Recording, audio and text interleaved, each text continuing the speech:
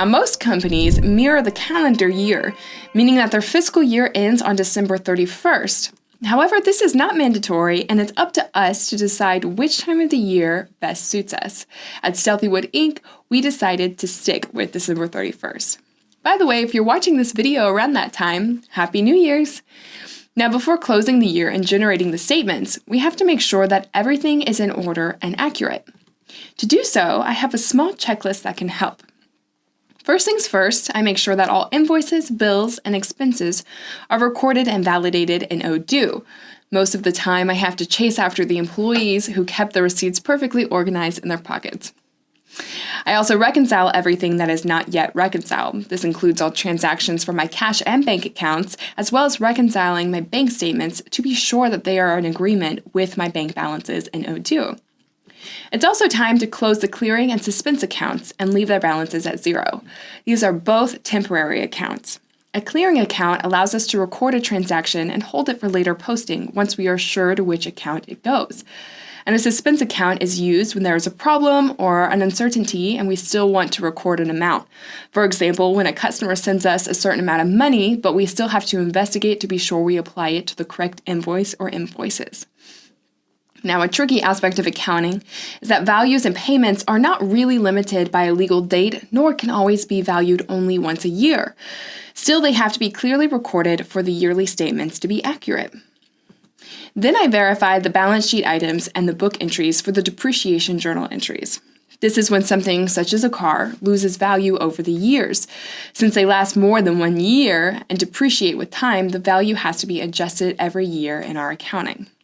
I also make sure that the deferred revenues are correctly recorded. Deferred revenues are prepayments from a customer, making us in debt of a product yet to deliver or service to render. Finally, I double-check our accrued revenues and expenses. Accrual accounting is a method that recognizes a company's performance when the economic events occur and not when the cash transactions are made. For example, a construction company who works on a 2-year project will record each month a part of the grand total as accrued revenues, rather than the few times that they are paid. As for the accrued expenses, it's the same logic. An expense belongs economically to a certain time, but is paid later, as it can be for our employees' wages that we pay on the first of the following month. Of course, the way all of this is dealt with greatly varies according to the company's localization and the way accountants work and do their magic. To help with that, Odoo does its own kind of magic. Reports are created in real time, and closing and opening entries are automated as well, based on the previous year's entries. With this, we can focus more on what matters. So let's see how we can do this with Odoo. All right, so here I am on my database, specifically on the accounting application. So let's go straight to configuration, settings. From the settings page, we're going to scroll down to the fiscal period section. All right, so here we can go ahead and define the last day of our fiscal year. So by default, it's going to be December 31st. All right, but you can go ahead and change this if you need to. And if you would like to define a fiscal year that's more or less than a year, you can select this option and go ahead and save and then come back to configure. However, we're not going to do that. So I'm going to discard this, and then we're going to go back to our apps overview, go to settings, users and companies, users. I'm going to select my user, go to edit. All right, and then we're going to check out this accounting and finance section. All right, so here we have different levels of access for our users. So we can say billing, accountant, advisor, or nothing, simply. All right, but without going too much into detail, I just want to say that the most important thing to remember here is that the advisor has the most rights in Odoo accounting. And among other things, they are the only one who can manage the chart of accounts, reconciliation, and tax adjustment. Okay, so it's really important to keep that in mind. So let's be sure that I'm an advisor, and we're going to save. And then we're going to jump back to the accounting application. All right, so now we're going to go ahead and set a lock date for the fiscal year. So let's go to accounting, lock dates. Okay, so we want to be sure that the lock date is the last day of the financial year we are closing. So let's go back to December. All right, we're going to choose the 31st. And we're also choosing this lock date for non-advisors. Okay, this way only users with an advisor role can still work on these entries so that the accountant can be confident that nobody is changing the previous year's transactions while auditing the books, which is quite important. All right, so now let's go ahead and save this. Okay, and this is where we're going to start checking things off of our checklist. And these steps vary greatly depending on both your localization and your methodology. But I'm going to go ahead and go to reporting and to my balance sheet. Okay, so here I want to be sure that I'm looking at the correct date. So I want to say as of as of the end of the last financial year. However, by default, it might say as of today. So we want to be sure we change that. Okay, and then if we scroll down, we're going to see our unallocated earnings here, all right, which is $125,000. So we want to allocate the current year earnings in order to have the total current year unallocated earnings reporting a balance of 0. So here we're going to allocate all the current year earnings to retained earnings. All right, so let's go ahead and do that by going to accounting and creating a journal entry. All right, so let's go ahead and choose a date in the past, December 31st, and we're going to call this 2018 closing. Okay, we'll keep the journal as miscellaneous operations. Let's go ahead and add an account.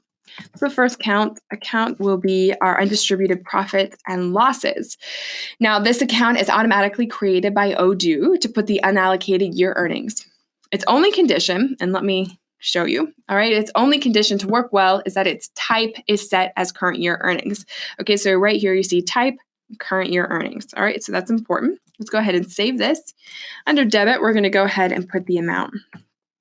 Okay, looks good. Then we're going to go ahead and add a second line. And actually, I'm going to create a new account. So to do that, I simply have to create and edit. This code will be 300. All right, the name is going to be retained earnings. All right, and this is going to be type equity. Okay, so since I am creating an equity account for this operation, and since it's type equity, the normal balance is a credit. Okay, so let's go ahead and save this. And as we can see, the credit is applied there. All right, and we're going to go ahead and post this. Cool. Now we're going to go back to our reporting section, balance sheet. Okay, going back to our balance sheet and scroll down, and we see that now it's balanced. Okay, it looks good. So our current year earnings and current year allocated earnings balance each other so that there's no unallocated earnings remaining. So now we see that we correctly move the amount in retaining earnings, and as expected, the assets equal the liabilities plus the equity. So we're good to go.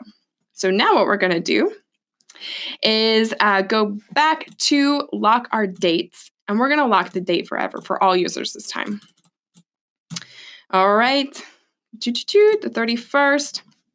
Okay, and let's go ahead and save this. Boom. All right, so now nothing can be changed. So once you're done with everything, you're good to go. Odoo generates automatically the reports in real time, and there's no need to generate manually the reports nor to worry about the opening of the new fiscal year. So at the beginning date of the fiscal year, the account balances will be 0. All right, but now what we're going to do is go to reporting, the general ledger. Okay, I'm going to go ahead and unfold all. And then we can generate an XLSX file, or we can print a preview as well. So let's go ahead and do that. And then we'll check it out. And there you go. We have that report easily right here. And it looks good. Our total is 0. That's perfect. That's all for this video. Thank you for watching.